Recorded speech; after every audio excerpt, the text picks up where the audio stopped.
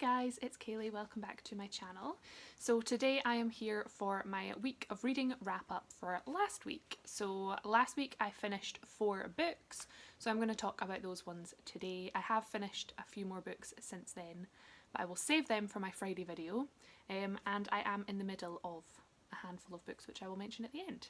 So the first book that I'm going to talk about today, very briefly, is Pride and Prejudice by Jane Austen. So this is a reread for me. I first read this book I think about 8 years ago, so I was fairly young, and I think, to be honest, I didn't really understand what was going on, to be honest. I can't remember what I rated it the first time I read it, but this time round I absolutely loved this. I think, like, Jane Austen is just so good at characterisation, and each of the characters in this book are just so vibrant and individual and so like well-rounded, and I think the joy of reading Pride and Prejudice is just seeing how all of the characters interact with one another. So yeah, I think that's just what I love about Jane Austen in general, but especially this book. And I think there's some really interesting discussions about different classes and how people perceive one another, and you know, the fun of it is that as the reader we get insight into each character's motives and their feelings, and the characters themselves are kind of second guessing one another and thinking one thing when actually the reality is the opposite. So yeah, I don't feel like I really need to speak about this much because everyone knows and loves Pride and Prejudice, but I absolutely loved my reread of this, and I'm super happy to have this edition in my collection now. So yeah, hopefully I will read another Austen very soon. I have a copy of Emma on my shelves, so I'm hoping to get to that one very soon. So the next book that I want to speak about, that I finished last week, is Gin Patrol on the Purple Line by Deepa Anapara. So I mentioned this at the end of my last Friday Reads video, because I was about halfway through it, and to be honest, my feelings on this book haven't really changed to what I said in that last video. So if you don't know, this book was longlisted for the Women's Prize for Fiction this year, which is the reason that I picked it up. And it is the story of a young boy named Jai, who is I think about 9 or 10, and he lives in, I think, an unnamed town in India. He sort of lives in the slums, so he's quite like poverty-stricken little area of the town. And one day a boy from his class at school goes missing, or at least he's not seen for several days until people realise that the boy has gone missing. And so this sort of sparks in Jai and his friends the need to go and investigate. You know, he's really into all of these sort of detective programmes on TV, and so he's really intrigued by this mystery and he wants to discover what happened to this boy. And so as the story continues, we see even more children go missing, and there's sort of like a pattern emerging. So I really liked the premise of this book. It really appealed to me. I think I really love books with child narrators. I think when it's done well, it's really effective. And to be honest, that was probably one of the good things about this book. Like, I think it's done really well in the sense that we get to see, as an adult reading this book, we understand the brutal realities of this place that Jai lives in, and we kind of understand the underlying things that are happening, whereas Jai and his friends maybe don't see all of those things. And there's sort of like a tone of charm to this book. Like, it's quite charming, and I think because of that it sort of offsets this sort of underlying tone of devastation and despair that the families that live in this town go through. So I did really enjoy that part of the story.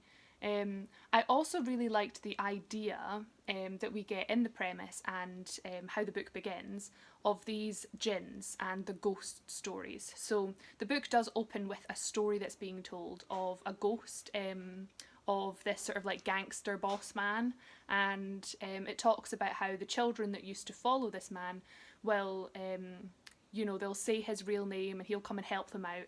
And throughout the book there are other little stories that we get about different ghosts, and Jai himself talks about the jinns quite a lot.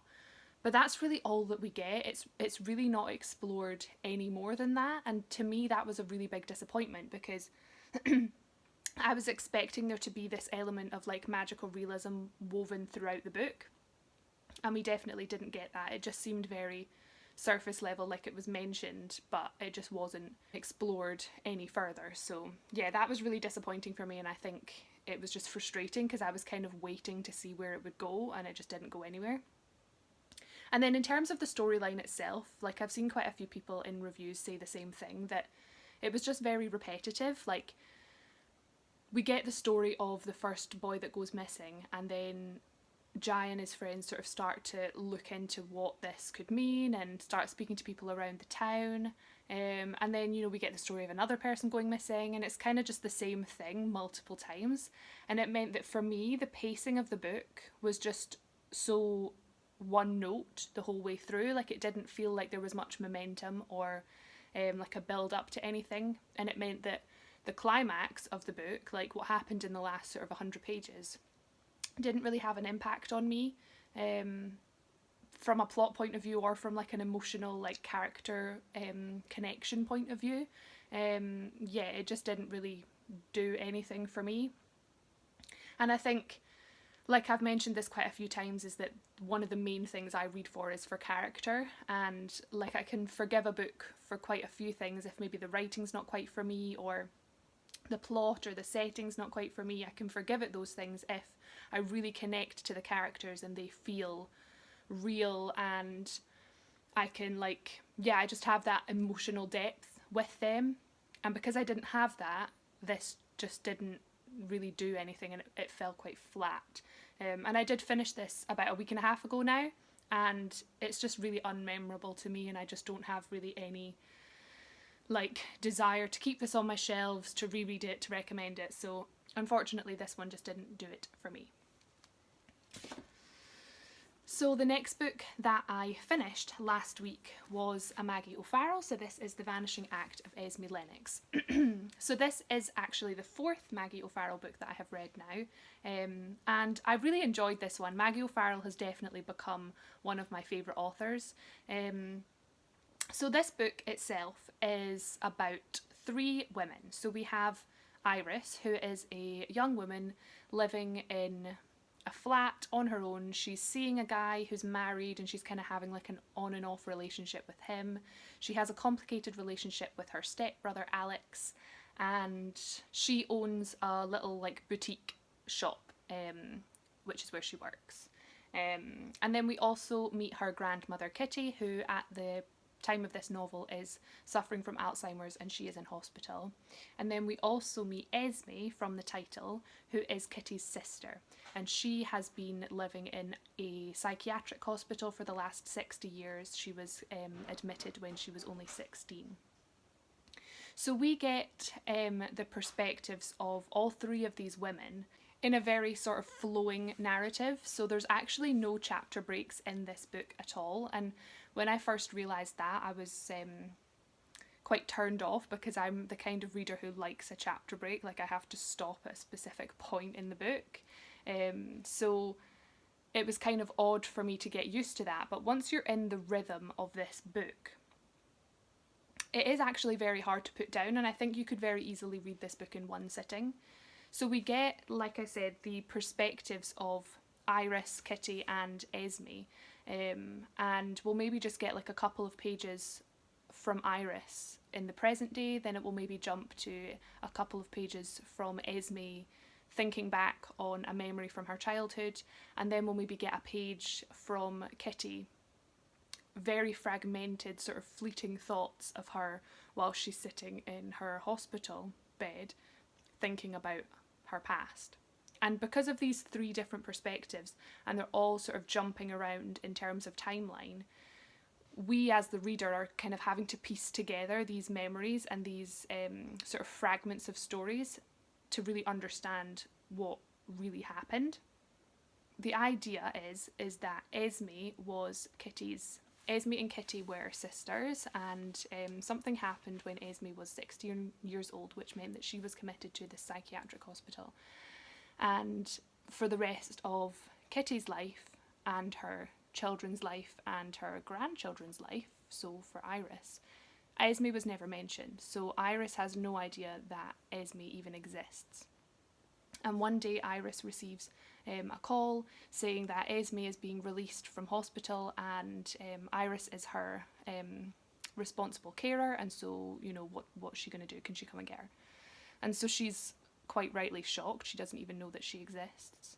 And so begins the story of Iris coming to know Esme and coming to discover the secrets of her family, and really just building this relationship. And it's just very, very interesting. I think the strength of this book is its characters. Like, we really get into the minds of these three women, and it's a very true reflection of the relationship between members of a family and how we keep secrets from one another and try and hide things to protect members of our family. And it was just very, very interesting. Maggie O'Farrell's writing as well was just beautiful, and I think it really does say something if I was able to keep my momentum going without those chapter breaks, because I really do rely on that sort of structure in a novel. And I think her writing is just very sort of deceptively simple. Like, she writes really beautifully, and on a sentence by sentence level it's gorgeous, but the writing itself is very readable and quite sort of fast paced, and you can get through the pages quite quickly, and you're not having to stop every 2 seconds to like go and look up a word or reread a passage because you're like, wait, I'm not quite sure what she was meaning. It is just very compulsively readable, and it does make this quite a fast paced read. So when I finished this book, I think I was just so in the moment. Like, it's just such an immersive experience that I just really, really loved the experience of reading the book, the writing, the characters. It was amazing. And I honestly don't really have anything that I can say to fault the book. For me, it wasn't quite a 5-star. I think it's so difficult when there's not really a reason that it wasn't a 5-star, but it just didn't quite have that oomph that I needed to put it right up there at the top. But it was definitely a very strong 4-star read, and I'm just really excited to get to more of Maggie O'Farrell's books. And so the last book that I finished last week was A Decent Family by Rosa Ventrella, and this is translated from the Italian by Anne Goldstein. So I didn't know this when I picked the book up, but Anne Goldstein is actually the translator for Elena Ferrante's books, and I think knowing that now, I don't know, like, I've never read Elena Ferrante. I do plan to, but obviously her books are so popular, and I think, to me, it makes me think that Anne Goldstein's translation must be very well done, and it makes me think that maybe some of the problems that I had with the writing in this book, I was unsure whether it was the translation or the writing itself, and it makes me think that maybe it was just the writing. I could be wrong, but that's kind of how I'm thinking.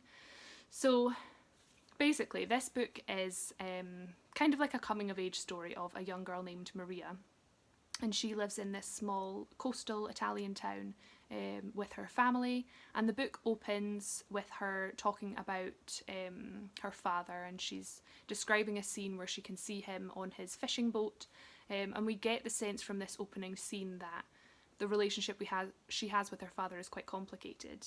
And these first few pages of the book, the writing is absolutely beautiful. Like, I loved it so much, and so I think that's maybe what made it more disappointing the further I got on, because the writing kind of lost its beauty and lost its charm. Like, there was just a couple of moments in the writing where I felt like it was a little bit clunky, or I don't know, it just didn't have the same sort of resonance.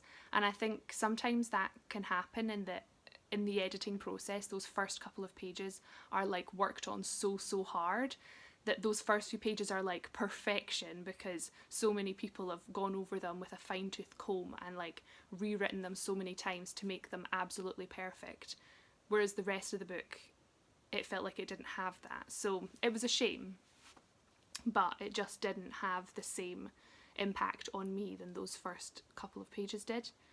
So we see Maria, and she is a young girl, and we get at the beginning this sort of story of her being quite a rebellious child, and She runs out to the sea during a storm because she just wants to see what it looks like during a crazy storm. And her mother and her grandmother are telling her, like, no, don't go and do that. But she does it anyway. She's very stubborn. I really liked Maria as a character. Like, she seemed really, really strong and very wild, and I just really loved her. Like, she definitely had a really strong personality. And so throughout the course of the book, we see her growing up, but we also see all of the different members of her family. And so we kind of understand the relationships between her and her parents, her grandparents, her brothers.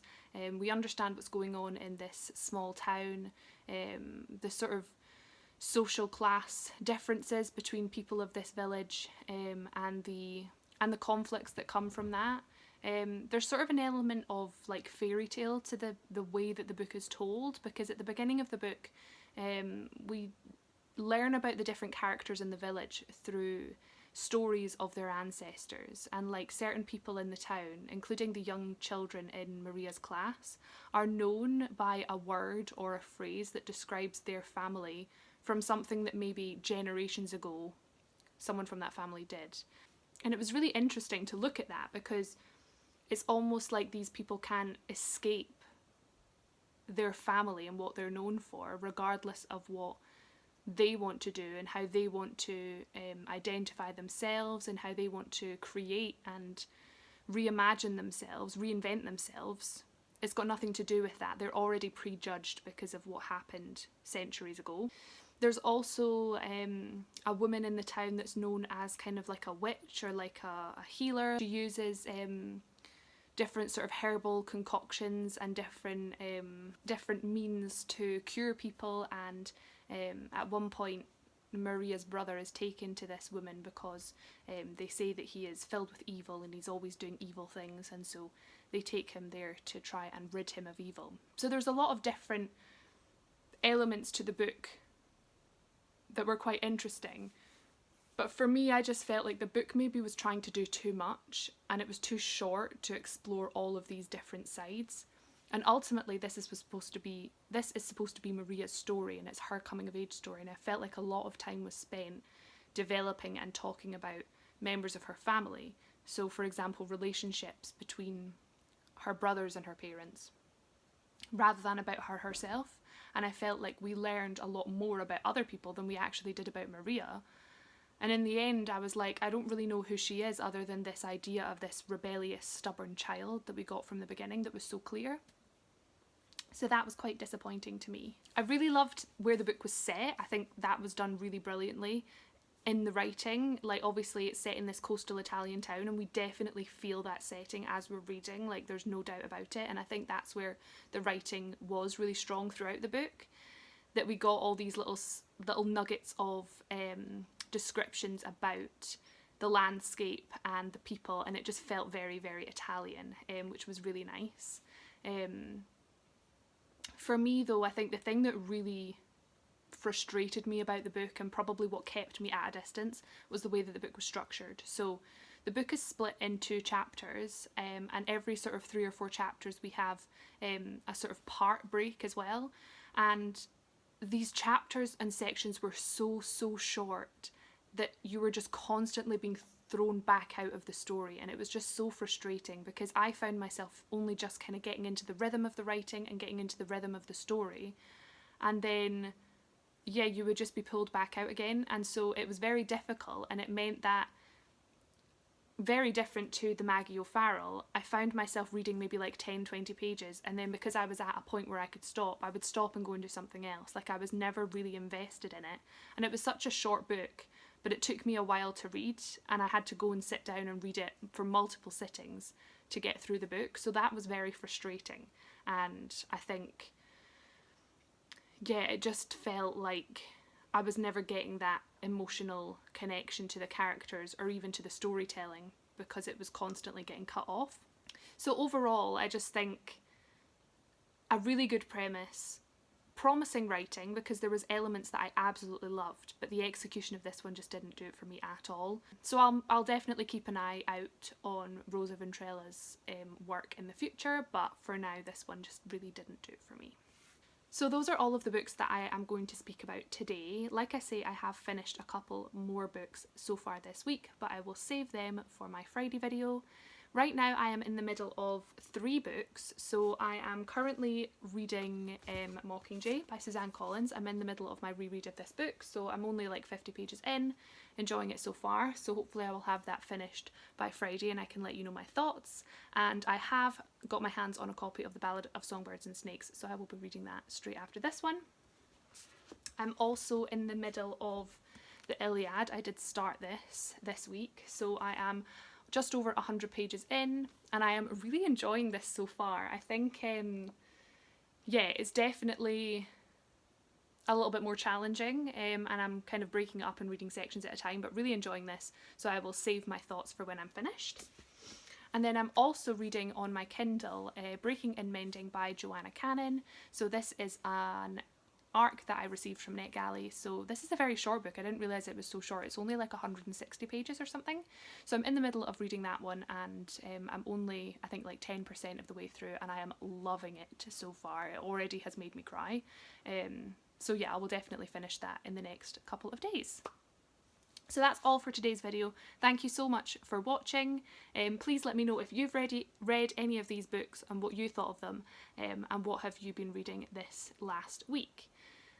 Again, thank you so much for being here. If you haven't already, please consider subscribing and I will see you in my next video. Bye!